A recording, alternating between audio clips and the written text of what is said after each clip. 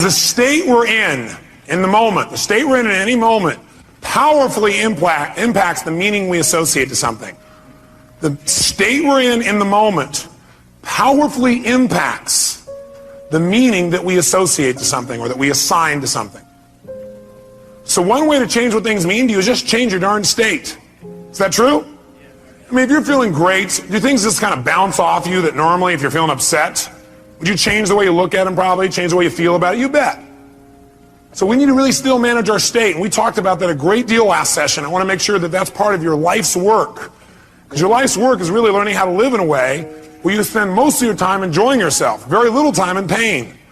Most of your time in pleasure, very little pain. And living your life hopefully in a way where not only do you feel good all the time, but the people around you feel good just by being around you. That because they're around you, they feel a lot less pain and a ton of pleasure. See, that's my idea of success. Success is when you've learned to live your life in a way where you experience tons of pleasure every day and almost no pain. And simultaneously, where the way you live also causes the people around you to experience very little pain and tons of pleasure. Then you know you're really successful. Because if you feel good and nobody else does, you're a failure. Now, that doesn't mean you go around trying to make everybody feel good. Some people have an investment in feeling bad because they think feeling bad equals feeling good. Are there people that believe that, yes or no? Yeah, because they think if I feel bad, then people will notice me, or they'll love me more, or they'll help me more, or I'll get more attention, which means feeling good. People have weird crap they work inside their head about how to get to feeling good. Some people think I'm going to feel good when I make $1 billion. Some people are like, when I have this, this, and this, when I get married, have these many children, this and this, then I'll feel good. Some people have, well, I'll feel good if I feel bad, because then people notice me and make me feel good. Or you could just like choose to feel good. Which one do you think might be a more intelligent approach? Because who's in control there? You are. You don't have to worry about the environment. By the way, when you're feeling good, it tends to make you want to feel even better. It makes you share good feelings with other people, which makes them feel good, which makes them reciprocate usually. Not always, but usually. Kind of nice. So the bottom line is we got to manage our state still. And as a reminder, as far as that's concerned, changing state means change the meaning. And the way you can do it is either by changing your what? Anybody remember from last session? Change your what? Change your what? Change your physiology. Physiology, again, means the way you move, the way you breathe, your facial expressions, your gestures. The way you use your body determines the way you feel. You got to remember that for the rest of your life. If you're not feeling the way you want to feel, first thing you do is just change the way you're moving. Emotion is created by what? Motion. Emotion is created by motion. You have 50 muscles in your face. A slight change in any of these muscles will radically change the way you feel. Remember we did this last time, I think. What I'd like you to do right now, real quick, is create some tension in your body, some tension, then put a big, huge smile on your face while you're doing it and notice how it feels.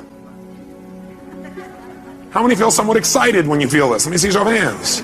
You know why? Excitement has tension in it. The only difference is you send a different biochemistry into your body. You fire off different biochemicals when you make a smile. Physically, it changes. You want to get depressed? What do? Drop your shoulders, look down, breathe shallow, drool. Right? Change the way you move. Some people have limited emotions because they have limited motion. They're trying to express their feelings and they go, I have something important I want to share with you. Hear me. Feel me. I am man. Feel this? Versus, listen to me. Come on, let's make this happen. Let's do this. Do you understand what I'm talking about here? The more emotion you have, the more emotion you have. And there's certain emotions you're not feeling because you're not making certain movements happen in your face. You want to change that. You want to go for more.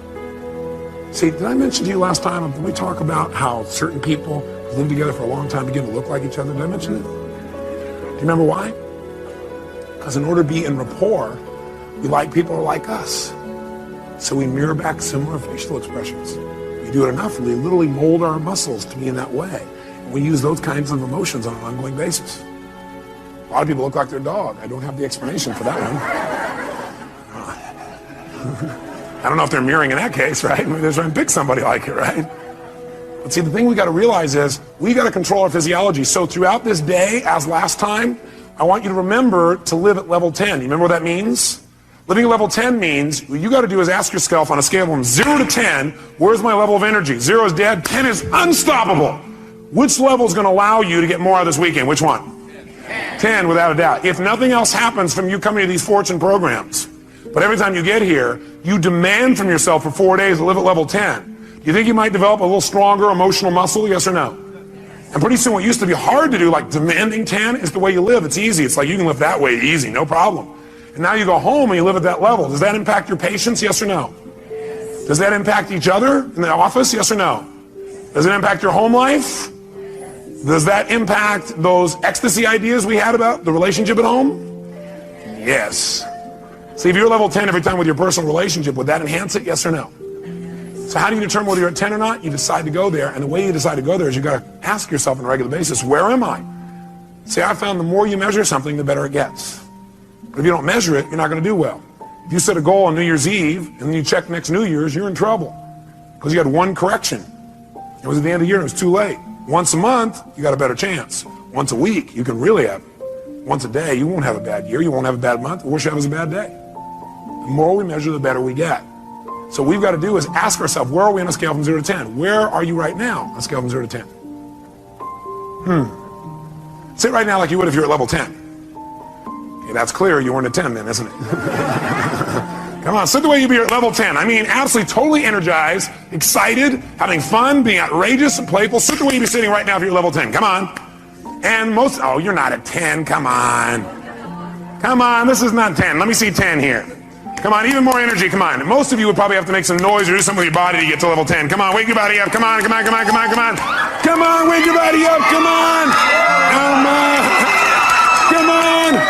Now, this is level 10. Now, go to level 2. And imagine trying to learn at this pace for the next 3 days. Go back to level 10. Come on, go, go, go, go, go, go, go, go. Come on, come on, come on, come on, come on, come on, come on, come on, come on, come on. Now, I want you to commit you're not going to drop below level 8 for the rest of the weekend. Are you willing to do that? Yes or no? Yes or no? Great. Now, if it's tough to stay at level 10, you want to push yourself to level 20. So just as a reminder, stand up. Remember how we do this? We put ourselves in a yes state. All remember what that means? Good. Then what I want you to do right now is take off your jacket. You have that. Not your blouse, ma'am, just the jacket. And we're going to put ourselves in that yes state. We're going to put ourselves in that state I talked about last time. Remember I gave you a metaphor the last time we were together, a reminder. I said there's a puddle of water here in front of me, and I'm an old person. I come up to that water, what will I do? No, not just walk around it, I'll walk around it and bitch about it while I walk around it. Okay. But if I'm a kid, how do I deal with a puddle? That's right, yes, boom, that's the state we're going in. All those who want to do that for the weekend say aye. If you were in that state and somebody like came along and said, yeah, how do kids deal with that? They go, would that be a healthier response than going, okay. I'm looking for new ways to hiss and get this person. Would that be more healthy, yes or no? Sure, it's more playful, it's more outrageous. Next time somebody is real bitchy, just get real bitchy back. We'll do it funny. Will that break their pattern? Yeah, you might piss them off even more. Well, at least we're moving them in some direction. So when I say now, what you're going to do is you're going to wake your body up like a little kid again. You're going to scream, wait. You're going to scream and yell and be totally outrageous like a kid. If you weren't here before, you'll catch on quick. Then, at the peak of our being totally bizarre, weird, outrageous, playful, seductive, fun, adventurous, and outrageous again, what we're going to do at the peak of that is we're going to go and we're going to clap our hands and say the word yes right at that moment.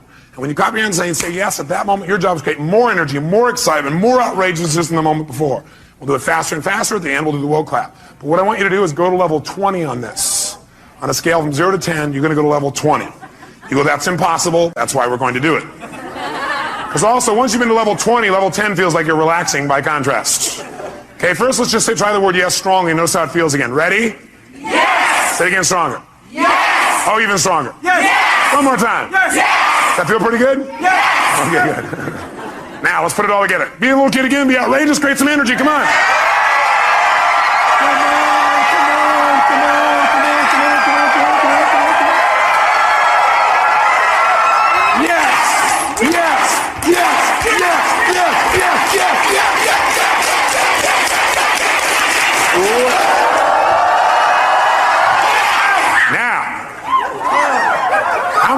How many of you are now at level 3?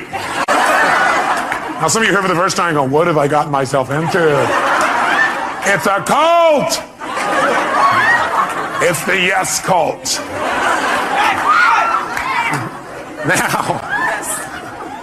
Now, how do you get a muscle? You push yourself beyond what's comfortable and you do it consistently. And that creates growth. So we're going to do it again. You go, I barely survived the first one. Let's try it again. Ready? Wake your body up. Be outrageous. Come on.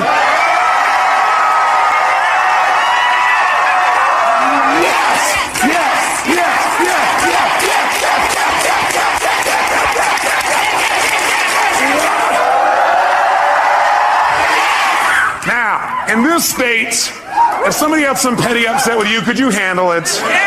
Great. Then get a bouncing hug from the person next to you and grab a seat.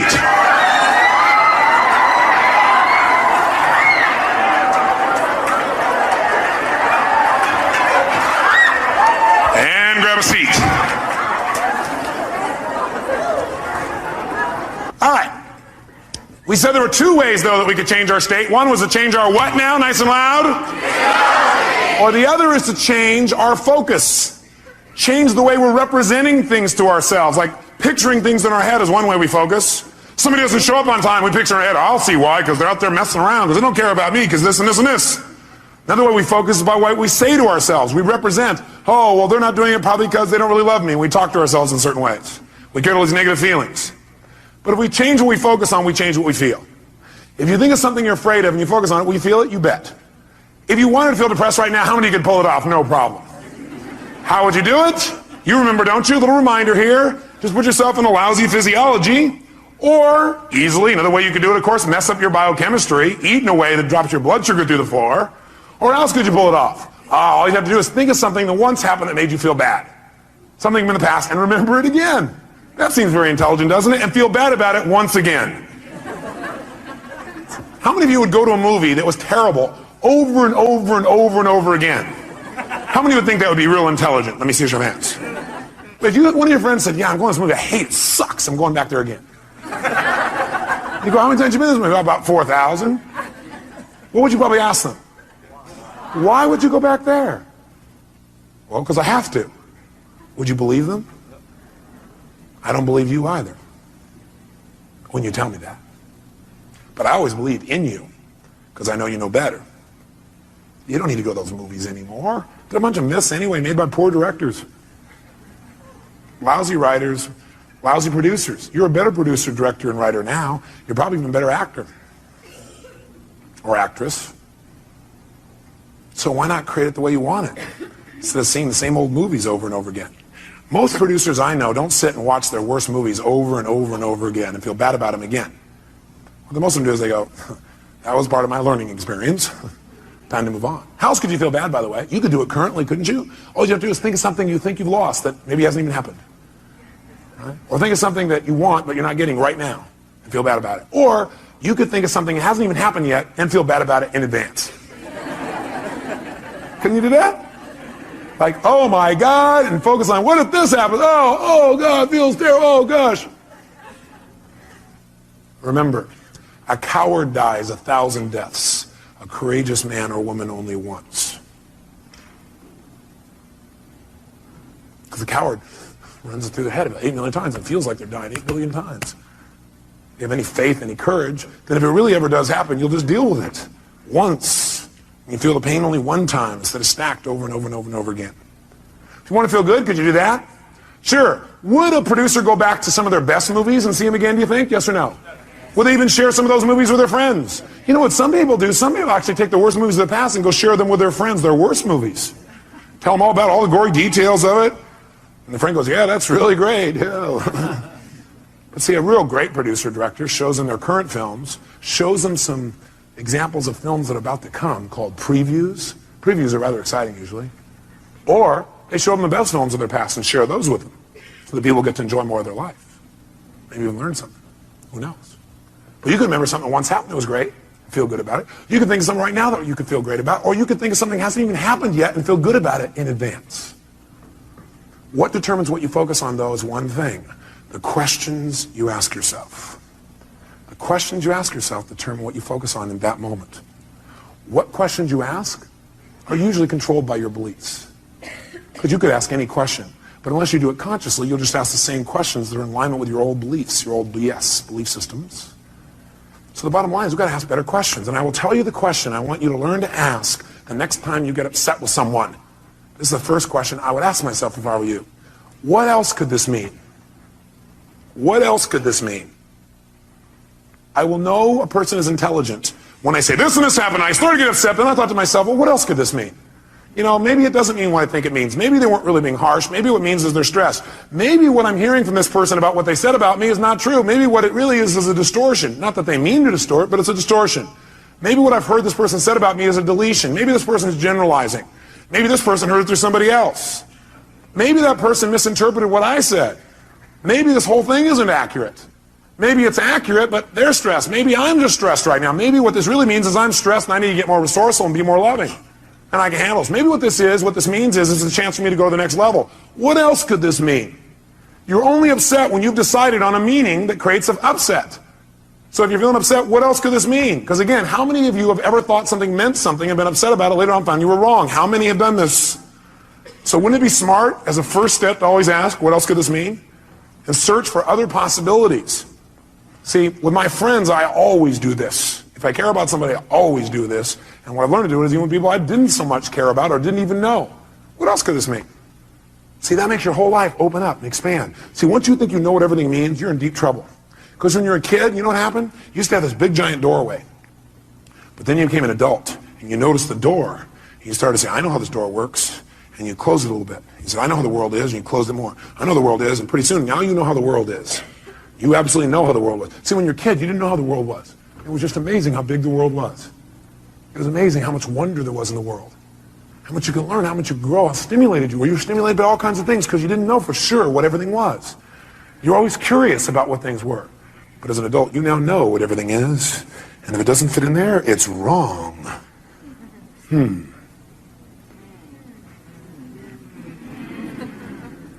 want to open our door back open by saying, well, yeah, but what else could it mean? What else could it mean? What else could it mean? What else could it mean? What else could it mean? Feel a little freer. The other question I tend to ask myself is, do I know everything there is to know about this? Do I know everything there is to know about this? Somebody says something to you. They're really upset with you. Or somebody raises their voice.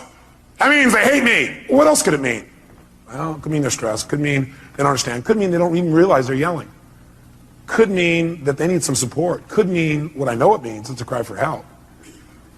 Could mean that I'm oversensitive right now. Could mean that I react to voice tonality instead of real feelings.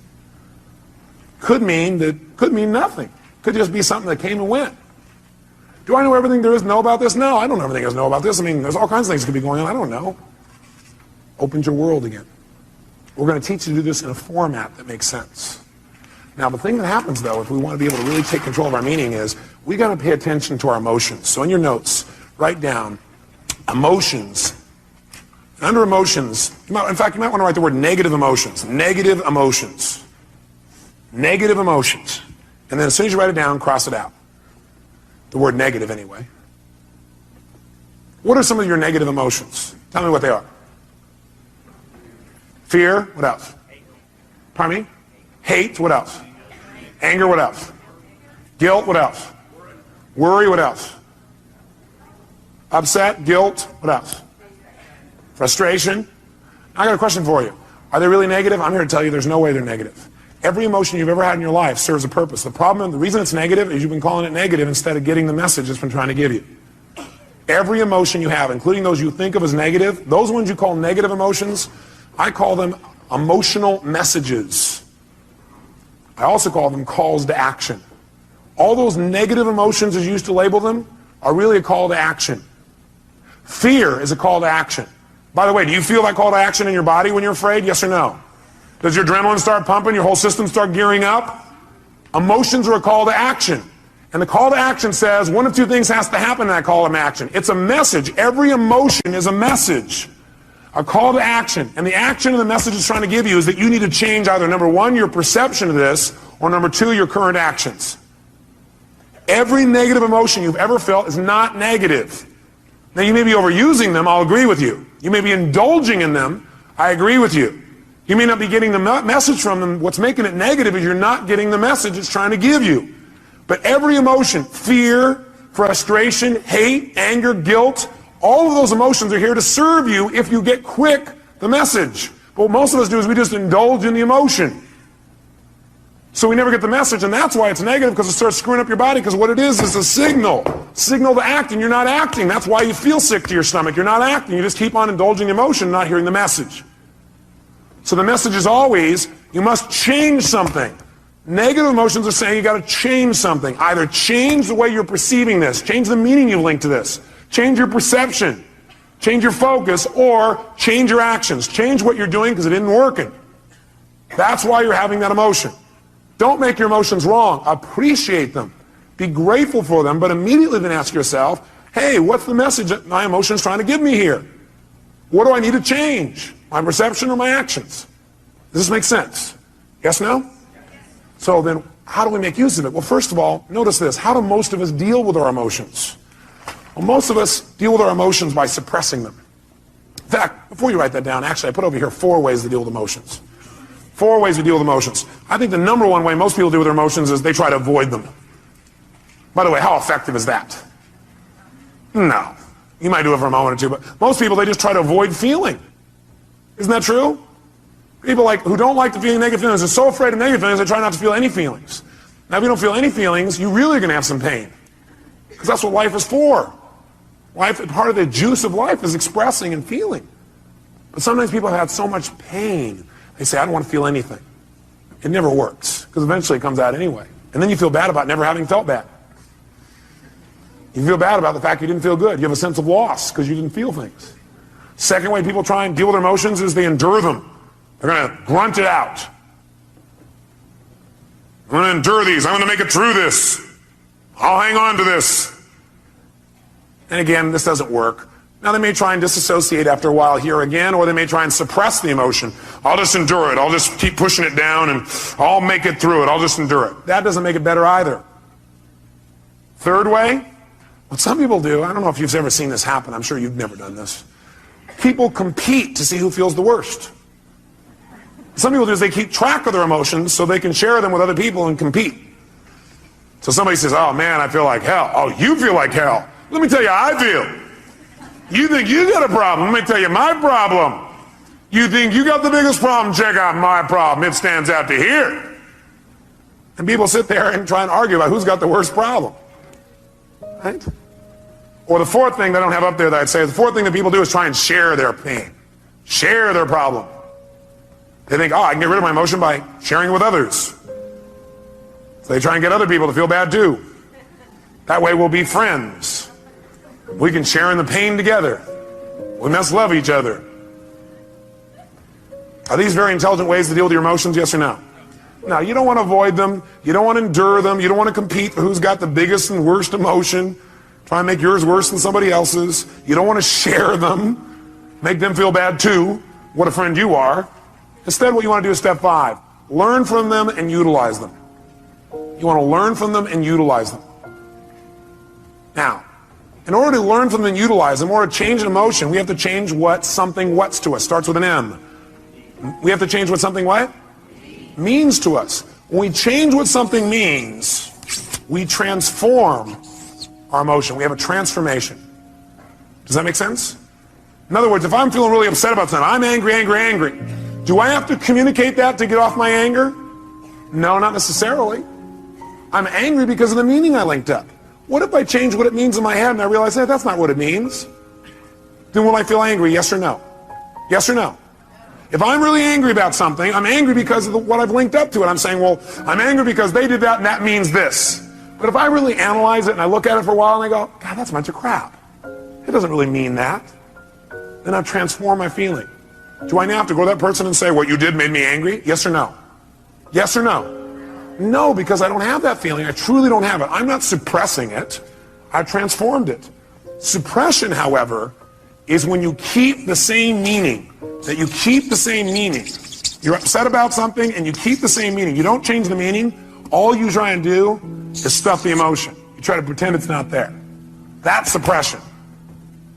So if you keep the same negative emotion, you don't change how you feel about it. You just try and pretend it's not there. That's suppression, and that's when you get in trouble. So our goal is not just to take things and not suppress them and just express whatever we feel, because if you just go express whatever you feel and you don't think it out, are you going to always communicate well, yes or no? No, in fact, you may say things later on you'll regret in the heat of the moment because you were in state. So what you first want to do is see if you can transform it, honestly and sincerely, and if you can't, then your goal is to get someone to help you to transform it. Go to the source and get the source to help you to transform this. So you know what? I felt this way about this. I made up this bizarre meaning. I know it's not true because I know who you really are. But this is the kind of crap I did in my head. Can you help me? I need to change this. Can you give me some more information or some feedback or help me to clarify this thing? Because I kind of screwed this up in my brain because I know that's not what you meant. But that's what I did inside my head. Can you help me out? Is that different than, you know something? The other day when you did this, I felt this, which by the way implies what they did made you feel something. Is that true? Yes or no? Does anybody do anything and make you feel something? Yes or no? Yes or no? Absolutely not. Absolutely not. Now you have a right to feel the way you feel, but that isn't true that it's actually what made you feel that way. You chose to make yourself feel that way. You communicated that to yourself. So instead of saying, when you did this, that made me feel this, that's implying that somebody made you do something, and that takes responsibility away from the one person who can change your life, meaning you. So I request in the future this. Nothing wrong with any of that. What we want to do is enhance it. The way we want to enhance it is come from the place of, I'm communicating because I want to transform something and I'm responsible, not them. You know, I need your help. I need your help. The other day when this thing happened, I used that to interpret that to mean this. And I know it's not true because I know who you are. I need some clarity. Can you help me out? I got to clean this up. And me. Who's responsible? By the way, will they want to help you? Yes or no? And by the way, what you're really doing here is making clear what you're really doing, which is you're doing a cry for help. Maybe not crying, you're making a request for help instead of crying. Make sense? And people hear this is a request for help. Do we want to help other people? Yes or no? Especially us, we're all in the helping business. That's why we do what we do. That's the bottom line. So we're going to develop a format like this where we don't suppress, but we don't just express. Because you know what happens? If you just go out there and whatever you feel you express, what you really do is you vent. And then you make it right. Or you demand. See, venting and demanding does not make communication better in the long term. How many would agree with me on this? Okay. We want to go to a different level. We want to transform our communication. We want to transform what things mean to us.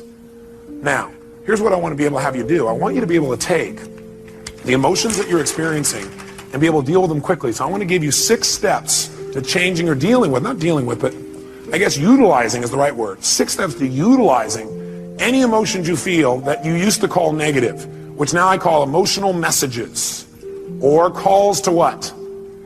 Calls to action. Whenever you're feeling a negative emotion, which we're now going to call emotional messages, it's a call to action, and it's saying you need to change something. What do you need to change? One of 2 things. Repeat back. What are they? Change either number 1, your what? No, well, you could change your physiology, but if you are getting feedback right now, you're getting a negative emotion, that negative emotion is a message. It's saying you got to change either your perception or your actions. And your actions could be the way you're using your body or your focus or whatever. Change your perception or your actions. Now here's what happens when you get a negative emotion or now an emotional message. Number 1, you want to identify what the emotion is. So you're starting to feel negative things. You want to identify what is the emotion. Now when you identify the emotion, what the emotion is, like you're really upset. Ask yourself, well, what am I really feeling? Underneath this, you might write down the question, what am I really feeling? What am I really feeling?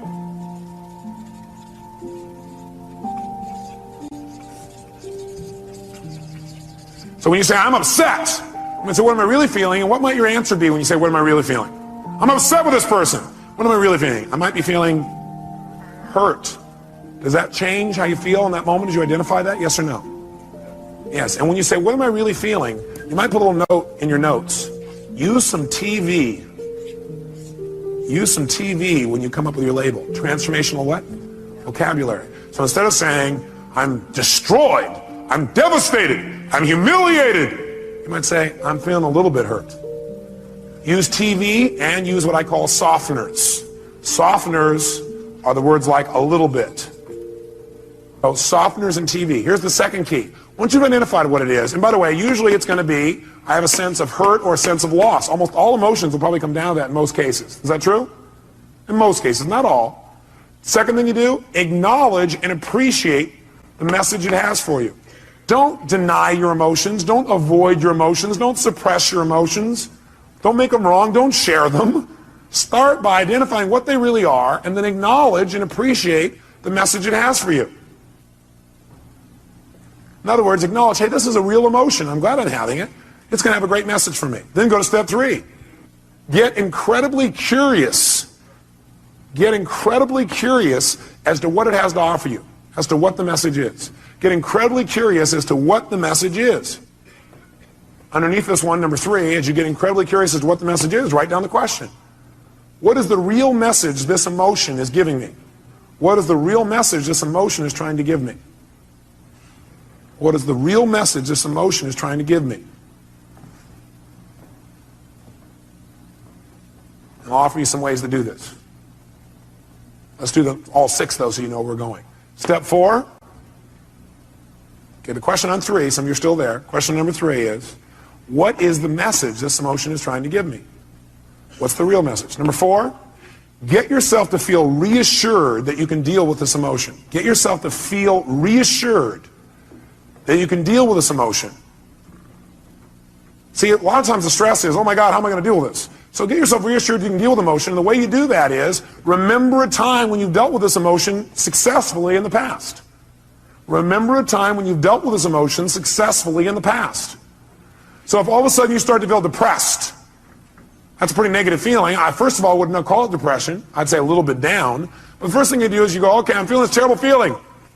I start to feel depressed. Well, what am I really feeling? Well, I'm really just feeling a little bit down. Okay, great. You know what? That's great. I appreciate it. That's a message. I need to get curious. What is that message? What's the message this thing's trying to give me? And what depression's message usually is, by the way, is you need to reset your priorities.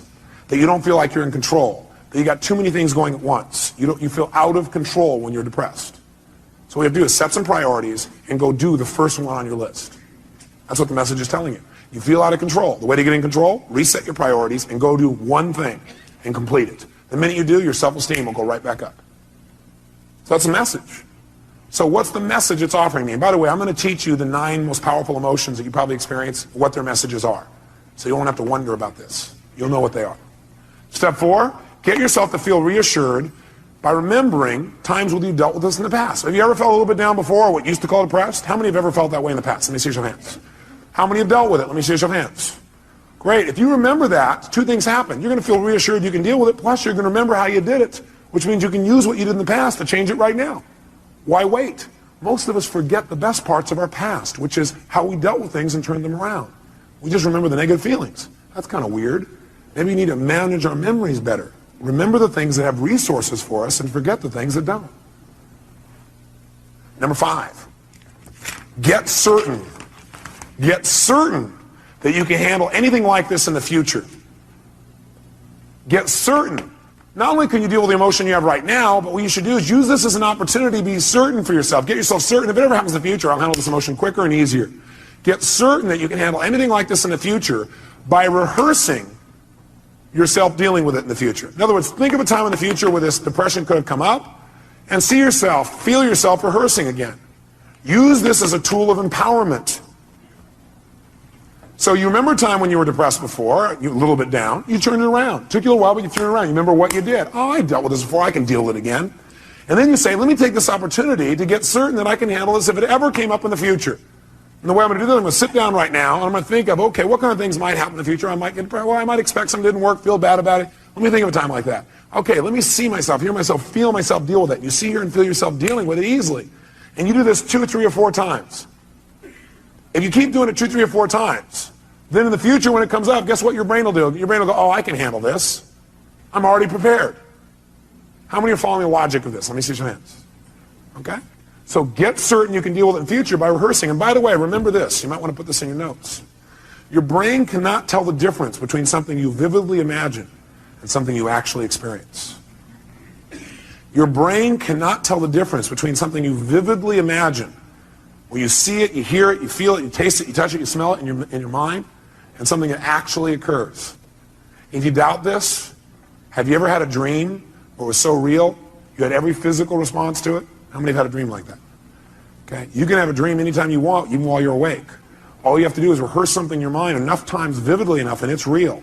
If you over and over again rehearse yourself dealing with emotion easily, then it's real. Next time it comes up, you've already got the programming. You already have the resources to turn it around in a heartbeat. Then this emotional message, it's dealt with for the future, not just for today. And the sixth step, take action and change your life. Whatever the message is, take the action that you need to take and change your life. Do something. Doing something always will change how you feel. You feel bad because you're not doing anything. And by the way, you'll continue to feel bad until you do something to change. So if you do anything, it'll improve you and move you in the direction you want to go. So let's take another example. What's another negative emotion you feel? Let's hear an example of one you felt recently. Somebody raise your hand. Rejection. So what's the first step when you think you're feeling rejection? What's step number one? Come on, guys, what is it? Identify it. Specifically, identify what the emotion really is. Let's call it that. Identify what the emotion really is. Identify what the emotion really is.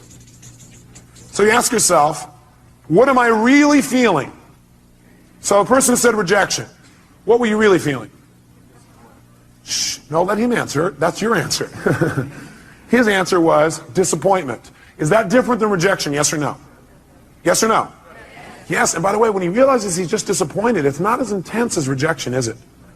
What happened with one question? His pain just dropped. Still painful probably, but not anywhere near as intense. Am I false or true on that? Okay, great. Now, so he's disappointed. Great, so now he knows when he realizes he's disappointed, he might even add some TV or a softener here. And the softener might be, he might say, I was a what? A little bit disappointed. Well, I'm a little bit disappointed. Okay, that makes it even less. Now what does he do? Number two, does he make himself wrong for feeling that way? Yes or no? Yes or no? What does he do? He needs to acknowledge and what else? Appreciate the fact that he's getting a very valuable message. And it's a message he needs to change something. He needs to either change his perception about it so he's no longer disappointed, or he needs to change his actions so he doesn't be disappointed now or in the future. Step three, what does he need to do? Get incredibly what? Like a little kid? What? Curious. When we're curious, do we learn things more? Do we learn better when we're curious? You bet. So he needs to get incredibly curious about what this message has to offer him. If you were really curious, what do you think that message really had to offer you?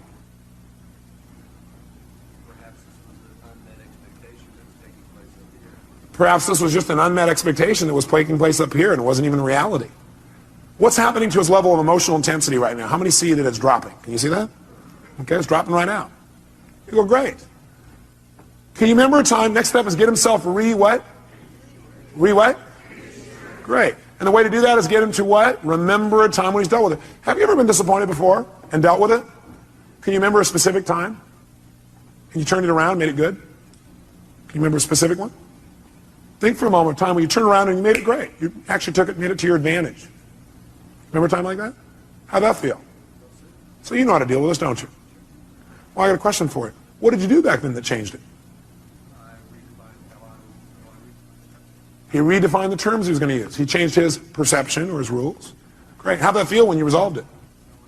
So great. So when he goes to reassure this, two things happen in the reassurance. One is he sees he can deal with it. He sees and feels he can deal with this easily. And number two, he sees how. And number three, he remembers how good it feels to relieve himself from the feeling. So he remembers how good it feels to get rid of it. Which, by the way, makes him want to get rid of it right now. And what's the last two steps? Step number 5. What do we want to make sure? We want to make sure he doesn't just not feel bad about it anymore now, but we want to make sure his future's better. We want to get him what? Get what? Certain that he can handle this in the future.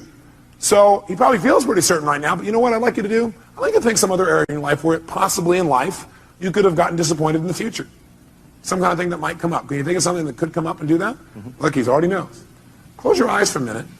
And just for a moment, what I want you to do is I want you to think of that thing starting to happen. When you start to get disappointed, or feel rejected, actually, is what you did initially, then you realize you're just disappointed, and then you just handle it. See yourself handling it in the future even better than you have in the past.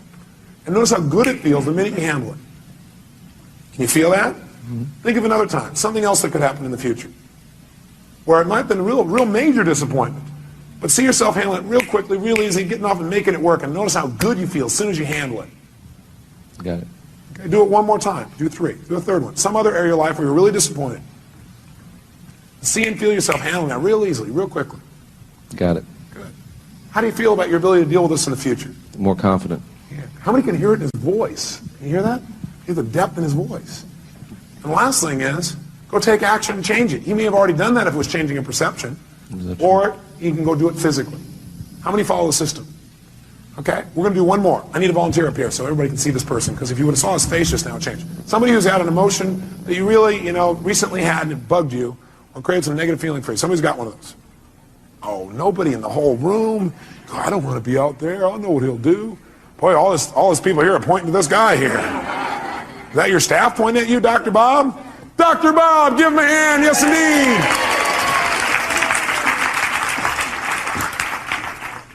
Great. Here you go, sir. He's going to reward you guys for this later. He probably will, actually. That's right. Dr. Bob, what's a negative message, a negative feeling that you've had recently that you'd like to change, you really are committed to changing, but it's been bugging you? Disappointment and rejection. Disappointment and rejection. Well, it seems a lot of that's going around. Must be catchy. It's the rejection virus. People are spreading it. Okay, well, which one would you like to deal with? Or are they tied together? Well, actually, it's probably... What question did he just ask? For him to say, actually, it's, he's already done step one. What's the question he just asked? For him to already say, actually, it's, what did he ask? He first of all started to identify what the feeling really was, didn't he? And the question he asked is, what am I really what? Feeling. What are you really feeling? Anger. Anger. What's that really? Well, what that really is I was angry because I felt rejected. Okay. And I was really disappointed about what happened, the circumstance. So what's he done? He's managed to stack his negative emotions one on top of another. Yeah. And by the way, this is unique to Dr. Bob. Nobody else you know does this, do they? But what are you really feeling? All that stuff, what's behind all that stuff? You just really feel what? Rejected. Rejected. Disappointed. I mean, it was discounted by... Does he look like a computer that keeps running the same program over and over again? He's a reject, disappointed. He's running right back through the thing. Do you feel hurt? Yes, yeah. Do you feel rejected or do you feel hurt? I feel hurt. Do you feel disappointed or do you feel hurt?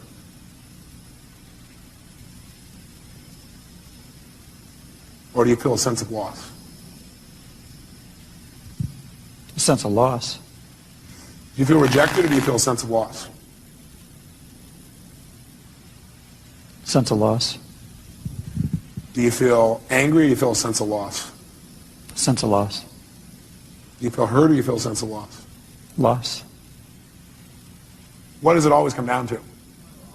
Loss. Now we can call it whatever we want. Okay? So he's identified it. So, next question is, what do we want him to do? Should he feel bad about having those feelings, yes or no? No, you know what? These are valuable messages that are coming to you. They really, truly are. But what you should feel bad about is indulging in them and not using them. Not learning. You want to feel bad if you don't learn anything. Then feel bad. And then get tired of feeling bad and just decide to learn something. Because you can learn something as soon as you ask, what can I learn from this, right? So right now, instead of making them wrong, what I want you to do for a moment is really appreciate those emotions. Acknowledge the fact those emotions have a valuable message. And then immediately get what? Like a kid, get what? Curious. Get curious for a second as to what those messages really are. What can you really learn from that? What is that message really offering you? In other words, let's go back up to the first one you said, rejection. By being rejected or disappointed, what is that motion of rejection trying to tell you?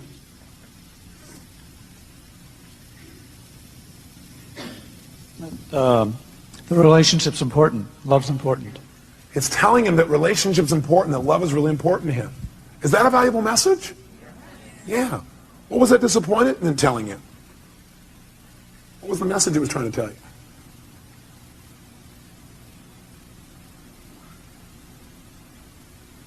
Now, a person may say, I don't know. If you did know and it had a positive message, it's always telling you to change something. It's telling you to change your perception about something, or it's telling you to change your actions. So what is that emotion of disappointment telling you? To change what? What do you need to change? How I love. How he loves. Very interesting. In what way do you need to change how you love? How it's communicated, or shown. How it's communicated and shown. How do you need to communicate and show your love more effectively?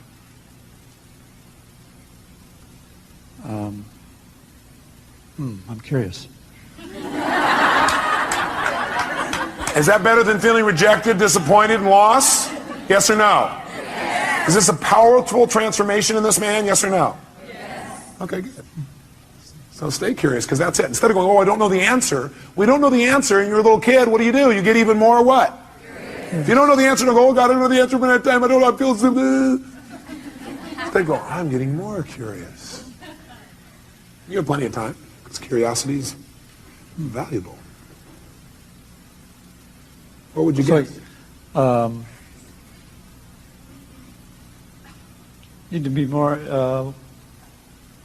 I'm confused. Good. Confused means you're about to make a change. Is that true? See, when you know what things mean, you'll just keep doing it the way you've always done it. He was not confused when he went, I'm disappointed, I'm rejected, I'm frustrated. In fact, he kept doing it over and over again because he was not confused. He knew exactly how to do that. Now he's confused. His little brain's going, this little computer program's not working the same way. So, So the question always help him out with is, what do you need to change in order to no longer feel this? You need to change your perception or your actions or both. And what do you need to change about your perceptions? What do you need to change about your actions? You might want to write that down. Go ahead. So my actions should be different. I mean, if what I did didn't work, I need to try something else. That's right. So I need to communicate that differently, behave differently. Okay. And how many hear what he just said? Did you understand what he said? He said what it's saying is, the way I communicated, the fact I got rejected is a message that love is really important to me, and that I need to change the way I'm communicating so I get what I want. Because obviously it didn't work, so I got to change my approach. Is that true? Is that different than I'm not worthwhile as a meaning, or they don't love me as a meaning? Yes or no? Huge difference in how he feels. Have you ever felt rejected or disappointed in the past and dealt with it really powerfully or really effectively? Yes. Do you remember a specific time? Yes. Okay, go back to that time. And remember how you dealt with it. And how you turned it around and made it something positive. Okay. How'd that feel, first of all? Great. I had a sense of accomplishment. Yeah, that's right. And how did you do it? I took action. What did you do? Take action. How did you do that? What did you do? I started doing things differently. Oh, great. Expressing myself differently. Did it work? Yeah. Wow. By the way, what is this doing now? It's teaching his brain, if you do this, you're going to get pleasure. What you used to do gave you what? Pain. The brain is always trying to avoid what? And move towards what? He's teaching his brain right now. He's rewiring his brain a little bit here. Now, by the way, I keep using these computer metaphors, and I see some of you get pained when I do that. And I think it's because you think, oh, do you think I'm just a computer? No, I see you as a spiritual being who also has a filtering system. And that filtering system sometimes you allow to take control and keep you from doing what you do naturally, which is just love and appreciate other people, including yourself. Okay? So we got to deal with both sides. How it is, how we operate unconsciously, as well as who we are. We want to deal with how we operate so we can be more of who we are. Now, I'd like you to think about this for the future. First of all, you feel pretty good about you being able to deal with it right now? Yes. Yeah. And by the way, does he really look like he can deal with it now? Yes or no? So think about the future. I'd like you to think of some place in the future where you could have felt rejected or disappointed. Something that could come up that could cause you to feel rejected or disappointed. Okay. Okay? Close your eyes if you would, and see yourself using your skills, handling it 10 times better, quicker, more easily, turning it around right away. And feel how good it feels to turn that around. Okay. How does that feel? Feels good. Yeah. Can you do it? Yes. Easily or hard? I can do it. You can do it. Okay, great. So now I want you to do it. That's great. So now I want you to close your eyes. I want you to think of another time when it would come up. Only this time I want you to do it easily. I want you, there are resources inside of yourself you haven't thought of before, and I want you to do it and even enjoy it. Turn around and make it happen easier and quicker. Okay. Okay, look, if I ask him to do it, can he do that? Yes. Yes. I'm asking him a better question. It gives him better resources. Okay. Can you see yourself handling it quicker and easier in that one? Yes. How does that feel? Great. How many see the difference and hear it in his voice? Great, let's do one more. Think of something else that could come out in the future where you could have felt rejected or disappointed, but now, heck no, you handle it really easily, real quickly, just like this. Okay. Have you already done it? Mm-hmm. Done. He's getting a little faster at this, isn't he? He's got some experience.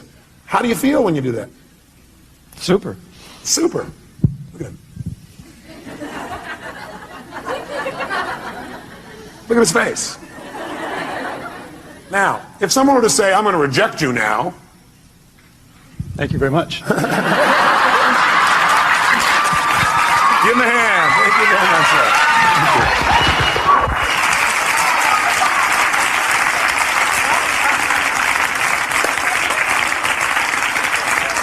So I want you to try this. Let me help you another step.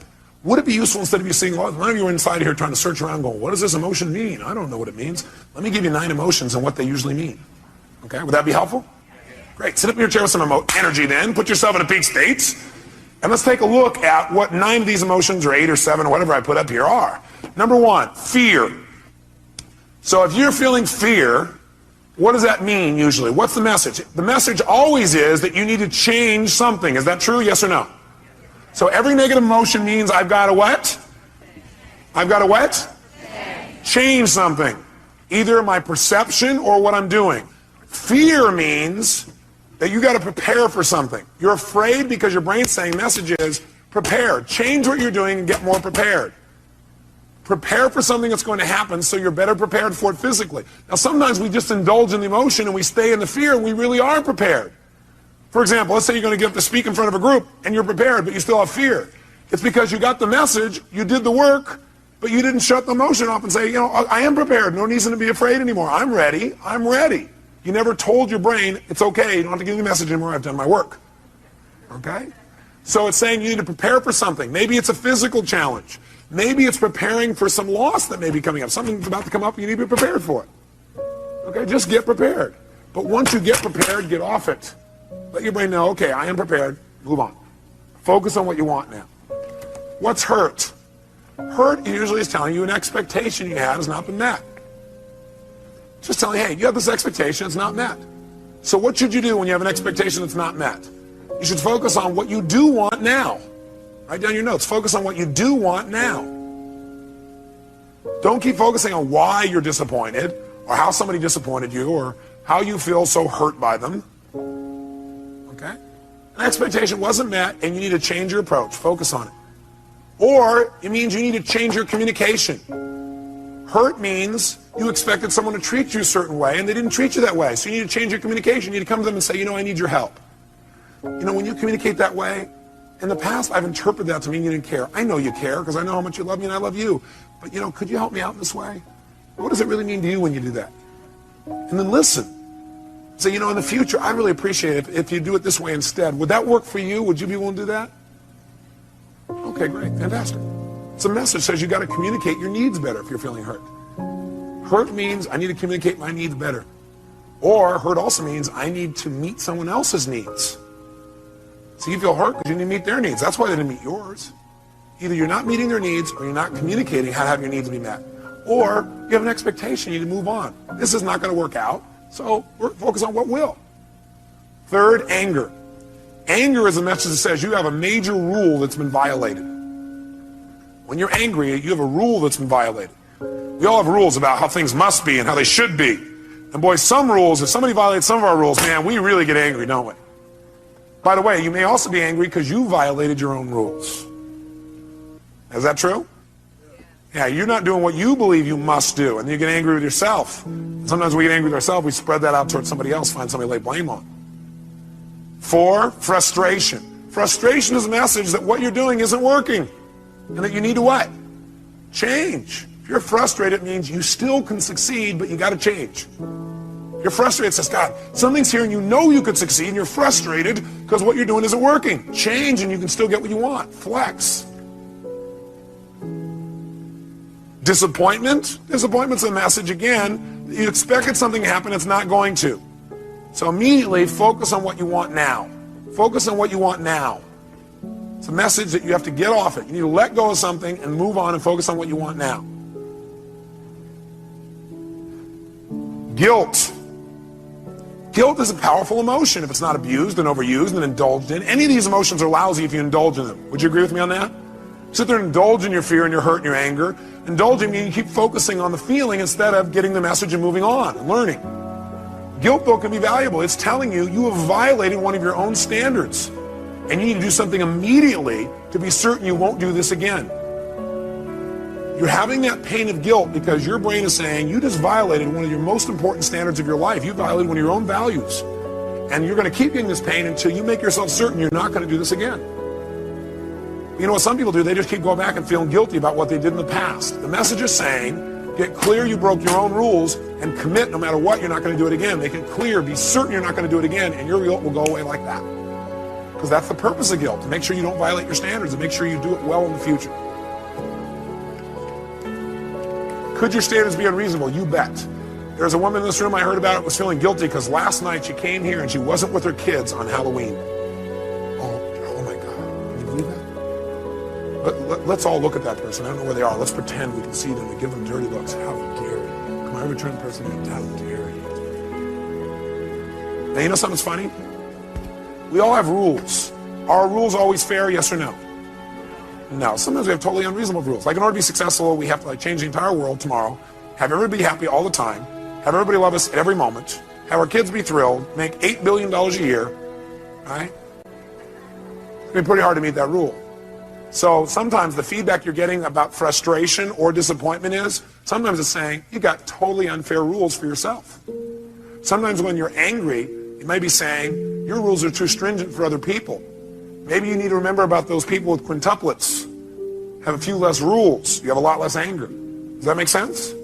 7, if you feel overwhelmed, helpless, or depressed. Overwhelmed, helpless, or depressed, that's a message. And the message that your brain is giving you is, you're overchunked. What people usually say is, oh man, there's too much, I gotta change everything in my life. You can't change everything in your life at one time. Do it a step at a time. Where do you start? Where you are. Sit down and reprioritize. Overwhelmed or depressed says, sit down and prioritize. That is, just write a list of what's most important for you to do. What could you do right away to start feeling better? What could I do right away to start feeling better? What could I do to take control right away? It won't solve it all. What could you do? Make a list in order. And then go do the first one. Take action. This is saying, overwhelmed is saying, you got to stop trying to do everything at once. You need to make a list of what you need to do and do one thing well. As soon as you do that one thing well, you'll feel like you're in control of your life. You keep one commitment to yourself, and all of a sudden you feel good again. You start feeling like you're in control. You don't feel depressed anymore. How many buy this theory? I tell you, if you do it, it'll work. Feeling alone. All that is a message that you need to connect with people. You need to change the way you're doing it. Right now, you're perceiving you're alone. Change what your perception is. You need to change your action. Go out and meet somebody. Go out and talk to somebody. Go out and initiate. Go out and be more loving. Right? So if you're feeling alone, it means, hey, go out. It means you need to connect with another human being. And 9, if you feel inadequate, that's a message that you need to change your standards because you're being unfair to yourself, or get committed in mastering this area. Change your standards. Some people they feel inadequate unless they're perfect at something the day they started. How many were great the first day that you ever tried to tie your shoes? No. How many of you are confident in tying your shoes now? Can I see your hands? How many are real confident? No. How many feel like, man, you can flat out tie your shoes, no problem? Let me see if hands here. No problem. Why? That's right, because you do it all the time. So you do anything you do over and over again, you get good at. If you're feeling inadequate, maybe because your standard is you're trying to be perfect the first time. You're not going to be perfect the first time. How dumb. Okay? Does this list help you? Yes or no?